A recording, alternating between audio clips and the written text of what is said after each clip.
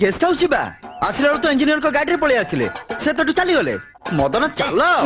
ए चिंटू बाबू तमे तो जानिछ आम बंगला कतिरु कारखाना बाटटा टिके बुलानिया आ मु तो सब बेले तम कतिरे नथेबी तमे कहलो तमे एकुटिया एठिक आसी परिबो काहे परिबिनी परिबी ए ना पारिबनी मते नागुने बाजी रहिला मदन मो संगे बाजी लगाओनी हारी जीवो मु हार जीबी